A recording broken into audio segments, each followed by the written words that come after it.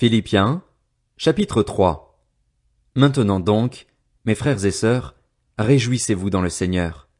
Je n'hésite pas à vous écrire les mêmes choses, et cela contribue à votre sécurité. Faites attention aux chiens, faites attention aux mauvais ouvriers, faites attention aux faux circoncis.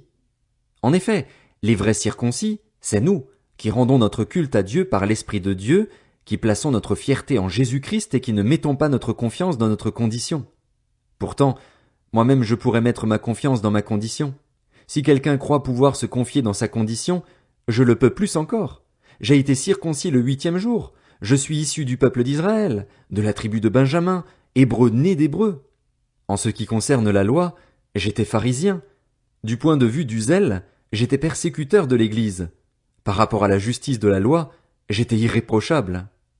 Mais ces qualités qui étaient pour moi des gains, je les ai regardées comme une perte à cause de Christ. Et je considère même tout comme une perte à cause du bien suprême qu'est la connaissance de Jésus-Christ mon Seigneur. À cause de lui, je me suis laissé dépouiller de tout, et je considère tout cela comme des ordures afin de gagner Christ, et d'être trouvé en lui non avec ma justice, celle qui vient de la loi, mais avec celle qui s'obtient par la foi en Christ, la justice qui vient de Dieu et qui est fondée sur la foi. Ainsi je connaîtrai Christ, la puissance de sa résurrection et la communion à ses souffrances en devenant conforme à lui dans sa mort pour parvenir, d'une manière ou d'une autre, à la résurrection des morts. Ce n'est pas que j'ai déjà remporté le prix ou que j'ai déjà atteint la perfection, mais je cours pour tâcher de m'en emparer, puisque de moi aussi, Jésus-Christ s'est emparé. Frères et sœurs, je n'estime pas m'en être moi-même déjà emparé, mais je fais une chose. Oubliant ce qui est derrière et me portant vers ce qui est devant, je cours vers le but pour remporter le prix de l'appel céleste de Dieu en Jésus-Christ. Nous tous donc qui sommes mûrs, adoptons cette attitude et, si vous êtes d'un autre avis sur un point, Dieu vous éclairera aussi là-dessus. Seulement, là où nous en sommes, marchons dans la même direction et vivons en plein accord. Soyez tous mes imitateurs, frères et sœurs, et portez les regards sur ceux qui se conduisent suivant le modèle que vous avez en nous. En effet, beaucoup se conduisent en ennemis de la croix de Christ. Je vous ai souvent parlé d'eux, et je le fais maintenant encore en pleurant. Leur fin, c'est la perdition. Ils ont pour Dieu leur ventre, ils mettent leur gloire dans ce qui fait leur honte, ils ne pensent qu'aux réalités de ce monde. Quant à nous, notre droit de cité est dans le ciel, d'où nous attendons aussi comme sauveur le Seigneur Jésus-Christ. Il transformera notre corps de misère pour le rendre conforme à son corps glorieux par le pouvoir qu'il a de tout soumettre à son autorité. Philippiens, chapitre 4. C'est pourquoi, mes très chers frères et sœurs que je désire tant revoir, vous qui êtes ma joie et ma couronne, tenez ferme dans le Seigneur, mes bien-aimés. J'encourage Évodie et Syntyche à vivre en plein accord dans le Seigneur. Toi aussi, mon fidèle collègue, je te demande de les aider, elles qui ont combattu pour l'Évangile avec moi ainsi qu'avec Clément et mes autres collaborateurs dont le nom figure dans le livre de vie. Réjouissez-vous toujours dans le Seigneur. Je le répète, réjouissez-vous. Que votre douceur soit connue de tous les hommes. Le Seigneur est proche. Ne vous inquiétez de rien, mais en toute chose faites connaître vos besoins à Dieu par des prières et des supplications, dans une attitude de reconnaissance. Et la paix de Dieu, qui dépasse tout ce que l'on peut comprendre, gardera votre cœur et vos pensées en Jésus-Christ. Enfin, frères et sœurs, portez vos pensées sur tout ce qui est vrai, tout ce qui est honorable, tout ce qui est juste, tout ce qui est pur, tout ce qui est digne d'être aimé, tout ce qui mérite l'approbation, ce qui est synonyme de qualité morale et ce qui est digne de louange. Ce que vous avez appris, reçu et entendu de moi et ce que vous avez vu en moi, mettez-le en pratique. Et le Dieu de la paix sera avec vous. J'ai éprouvé une grande joie dans le Seigneur de ce que vous avez enfin pu renouveler l'expression de votre intérêt pour moi. Vous y pensiez bien, mais l'occasion vous manquait. Ce n'est pas à cause de mes besoins que je dis cela, car j'ai appris à être satisfait de ma situation. Je sais vivre dans la pauvreté et je sais vivre dans l'abondance. Partout et en toutes circonstances, j'ai appris à être rassasié et à avoir faim, à être dans l'abondance et à être dans le besoin. Je peux tout par celui qui me fortifie, Christ. Cependant, vous avez bien fait de prendre part à ma détresse. Vous le savez vous-même, Philippiens, au début de la prédication de l'Évangile, lorsque j'ai quitté la Macédoine, aucune église n'a pris part avec moi à un tel échange de contributions. Vous avez été les seuls à le faire. À Thessalonique déjà, et à plus d'une reprise, vous m'avez envoyé de quoi pourvoir à mes besoins. Ce n'est pas que je recherche les dons, mais je désire qu'un fruit abondant soit porté sur votre compte. J'ai tout reçu et je suis dans l'abondance.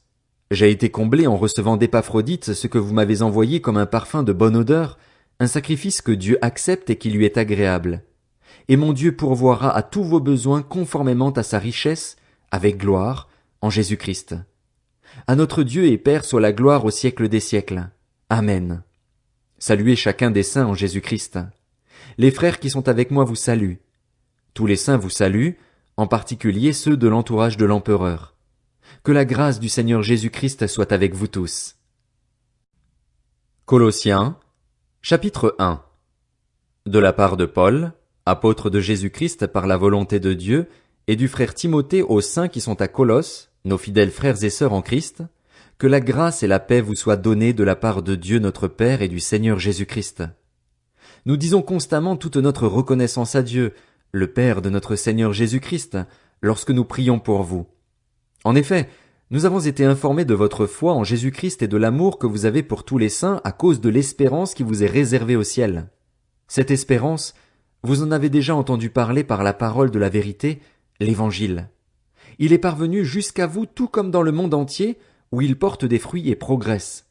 C'est d'ailleurs aussi le cas parmi vous depuis le jour où vous avez entendu et connu la grâce de Dieu dans la vérité, suivant l'enseignement que vous avez reçu d'Épaphras, notre bien-aimé compagnon de service. Il est pour vous un fidèle serviteur de Christ, et il nous a appris de quel amour l'Esprit vous anime.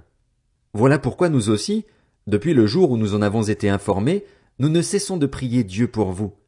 Nous demandons que vous soyez remplis de la connaissance de sa volonté, en toute sagesse et intelligence spirituelle, pour marcher d'une manière digne du Seigneur et lui plaire entièrement. Vous aurez pour fruit toutes sortes d'œuvres bonnes et vous progresserez dans la connaissance de Dieu. Vous serez fortifiés à tout point de vue par sa puissance glorieuse pour être toujours et avec joie persévérants et patients, et vous exprimerez votre reconnaissance au Père qui nous a rendus capables de prendre part à l'héritage des saints dans la lumière. Il nous a délivrés de la puissance des ténèbres et nous a transportés dans le royaume de son Fils bien-aimé, en qui nous sommes rachetés, pardonnés de nos péchés.